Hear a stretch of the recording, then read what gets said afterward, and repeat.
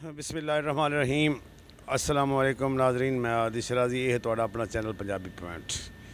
नाजरीन, काफ़ी दिन मेरी तबीयत ख़राब रही है क्योंकि मैं अटेंडेंस नहीं लगवा सकिया। तो जनाब हुण बाकायदा इंशाअल्लाह बशर्त ज़िंदगी रोज़ाना हाज़री लग्या करेगी।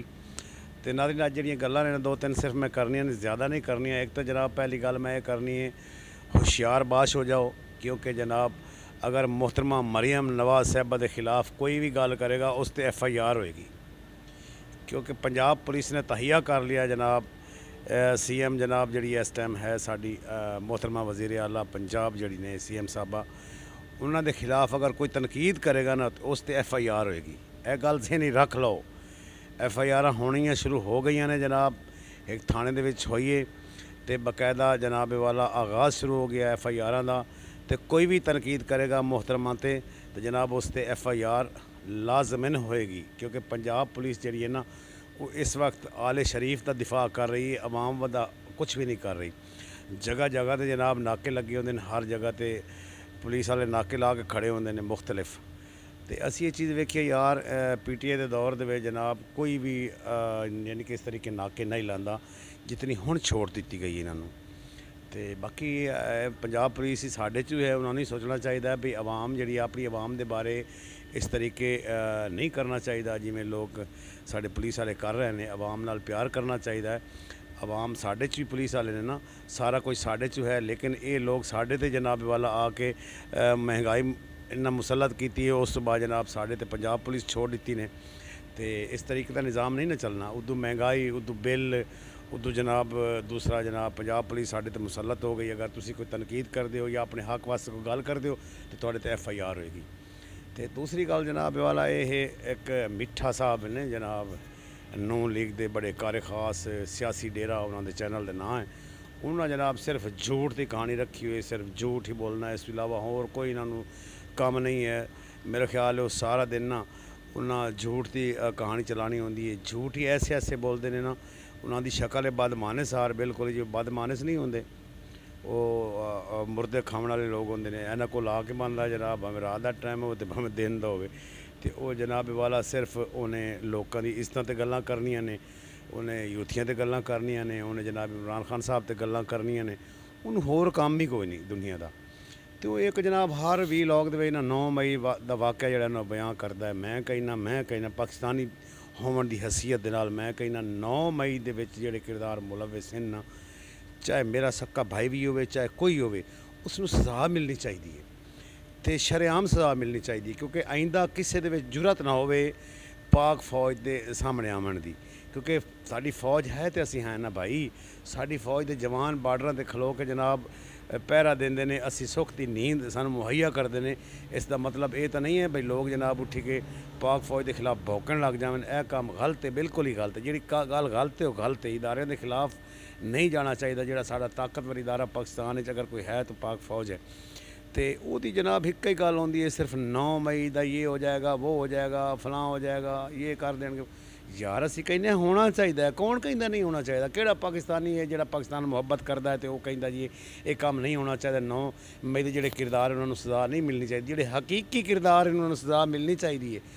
ये पूरी तहकीकात होनी चाहिए 9 मई वाक़या की। तो उन्होंने कैफरे किरदार तक पहुँचाना चाहिए। उन्होंने किरदारों आइंदा किसी की जरूरत ही ना हो जो काम करने की। तो वो जनाब मिठा साहब जड़े ने, बदमानस साहब जड़े ने, उन्होंने होर काम ही कोई नहीं। वो कहता जी सिर्फ मैं ही पाकिस्तान प्यार करना, मैं ही सिर्फ पाक फौज नाल प्यार करना। तो असी नहीं करते। साढ़े दिल च पता ही कितनी मुहब्बत है पाक फौज की, जिन्होंने समझ ही नहीं लगती इस गल की। यार समझ नहीं आती, ये समझता है भी दुनिया पागल है। ये सिर्फ एक गल है जनाब, वो यूथियां की हिप ते लिख दी हो जी फलां चीज़, और यूथियां की फलानी चीज़। तो औरतों के नौज बिल्ला मैन जालिका, औरतों तो ऐसी ऐसी गल्लां करता है खारजी जी, यार बंदा सोच भी नहीं सकता इस बारे।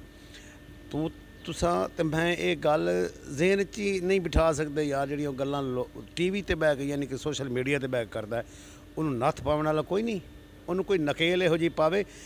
ठीक है, गल करने का हर बंदे नूं हक होना चाहिए, हक मिलना चाहिए, तनकीद करे, लेकिन हदूद च रह के, दायरे च रह के, इखलाकियात के दायरे च रह के गल करनी चाहिए। ये नहीं भी तुसी उठ के जनाब औरतों की तजलील शुरू कर दियो।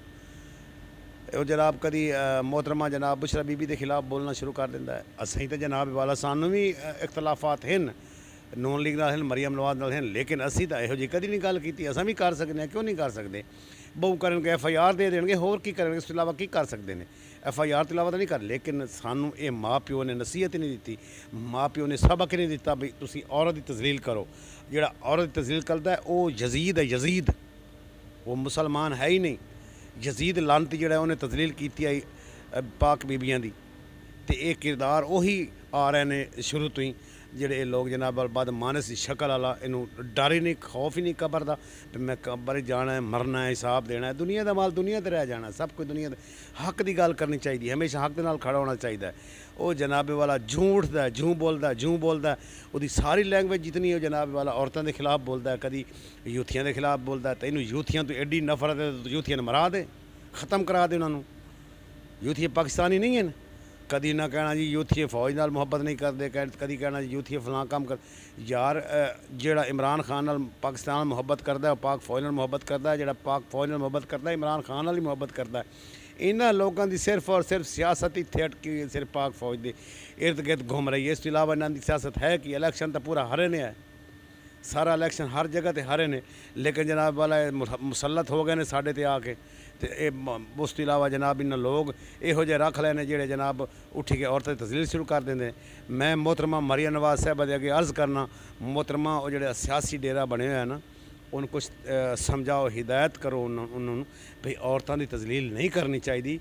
औरतां जिहड़ियां होंदियां ने वो इज्जत काबिल इज्जत होंदियां ने। औरतां माँ बहन हर दी सांझी होंदी है, इज्जत हर दी सांझी होंदी है। यह नहीं होंदा भी एक उठ के जनाब वाला एक गंदा जिहा बंदा बद मानस की शक्ल वाला, जिहदी शक्ल ही पूरी इंसान और नहीं, जनाब मुच्छा मोन सिर गंजा है वह, उठ के जनाब औरतें तस्लील शुरू कर देंदा।